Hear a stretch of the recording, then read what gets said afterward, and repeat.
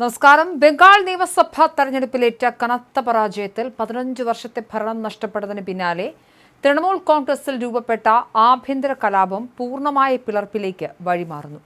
പാർട്ടിയുടെ ലോക്സഭാ നേതാവും മുതിർന്ന എംപിമാരിൽ പ്രമുഖനുമായ സുദീപ് ബന്ദോപാധ്യായ കേന്ദ്ര ആഭ്യന്തരമന്ത്രി അമിത്ഷായുമായും കേന്ദ്രമന്ത്രി ഭൂപേന്ദർ യാദവുമായും ഡൽഹിയിൽ വെച്ച് കൂടിക്കാഴ്ച നടത്തിയതോടെയാണ് പ്രതിസന്ധി രൂക്ഷമായത്. പാർട്ടി വിട്ട വിമത എംപി ശതാബ്ദി റോയിയും സുദീപിനൊപ്പം കേന്ദ്രമന്ത്രി ഭൂപേന്ദർ യാദവിനെ സന്ദർശിച്ചിരുന്നു.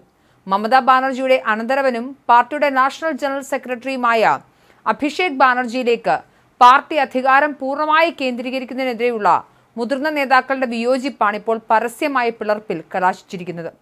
ഇതിന് പിന്നാലെ തൃണമൂലിലെ മുതിർന്ന നേതാവും മുൻ മന്ത്രിയുമായ മാനസ് ഭുനിയ പാർട്ടിയിൽ നിന്നും രാജിവെച്ചതായി പ്രഖ്യാപിച്ചു. പാർട്ടിയിലെ ആഭ്യന്തര പ്രശ്നങ്ങളിലുള്ള കടുത്ത അതൃപ്തിയാണ് രാജിക്ക് കാരണമെന്ന് അദ്ദേഹം വ്യക്തമാക്കിയിട്ടുണ്ട്. ലോക്സഭയിൽ മമതാ ബാനർജിക്ക് കനത്ത തിരിച്ചടി നൽകിക്കൊണ്ട് തങ്ങളാണ് യഥാർത്ഥ തൃണമൂൽ കോൺഗ്രസ് എന്ന് അവകാശപ്പെട്ട് 20 വിമത എംപിമാർ ഡൽഹിയിൽ യോഗം ചേർന്നു.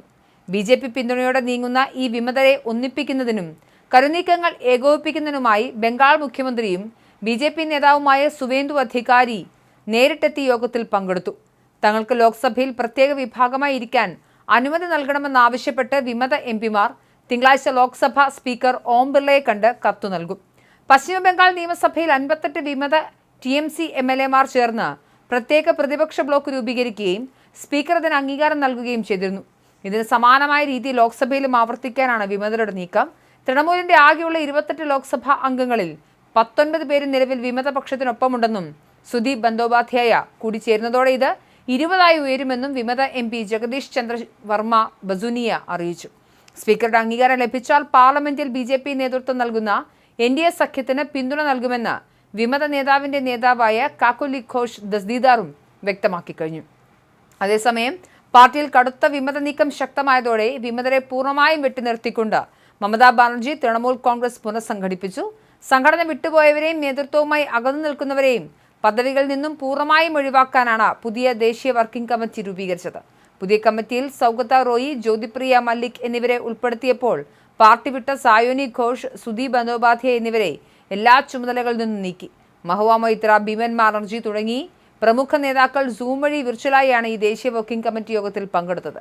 ദേശീയതലത്തിലെ മാറ്റങ്ങൾക്ക് പുറമെ പാർട്ടിയുടെ വിവിധ പോഷക സംഘടനകളിലും പ്രാദേശിക ഘടകങ്ങളിലും വലിയ അഴിച്ചുപണിയാണ് മമത നടത്തിയത്. യുവനേതാവ് അർണവ് ബാനർജിയെ സംസ്ഥാന തൃണമൂൽ യൂത്ത് കോൺഗ്രസ് പ്രസിഡന്റായും കുനാൽ ഘോഷിനെ വടക്കൻ കൊൽക്കത്ത സംഘടനാ ജില്ലാ പ്രസിഡന്റായും നിയമിച്ചു. കൂടാതെ മൈനോറിറ്റി സെൽ പ്രസിഡന്റായി മൊസറഫ് ഹൊസൈനെയും മഹിളാ വിംഗ് പ്രസിഡന്റായി അലിഭ അഹമ്മദിനെയും യോഗം തിരഞ്ഞെടുത്തു. സുദീപ് ബന്ദോപാധ്യായയുടെ നീക്കത്തിനെതിരെ തൃണമൂൽ കോൺഗ്രസ് ക്യാമ്പിൽ കടുത്ത അമർഷമാണ് പുകയുന്നത്. സുദീപ് ബന്ദോപാധ്യായ ഒരു വഞ്ചകനാണെന്നും അധികാരത്തോടുള്ള അത്യാഗ്രഹമാണ് അദ്ദേഹത്തെ പാർട്ടിയുടാൻ പ്രേരിപ്പിച്ചെന്നും തൃണമൂൽ വക്താവ് കുനാൽ ഘോഷും തുറന്നടിച്ചു.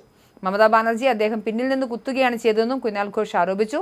പാർലമെന്റിലും സംസ്ഥാന രാഷ്ട്രീയത്തിലും ഒരുപോലെ നിർണായകമായി പിളർപ്പ് വരും ദിവസങ്ങളിൽ ബംഗാൾ രാഷ്ട്രീയത്തെ കൂടുതൽ പ്രക്ഷുബ്ധമാക്കുമെന്ന് ഉറപ്പായി കഴിഞ്ഞു.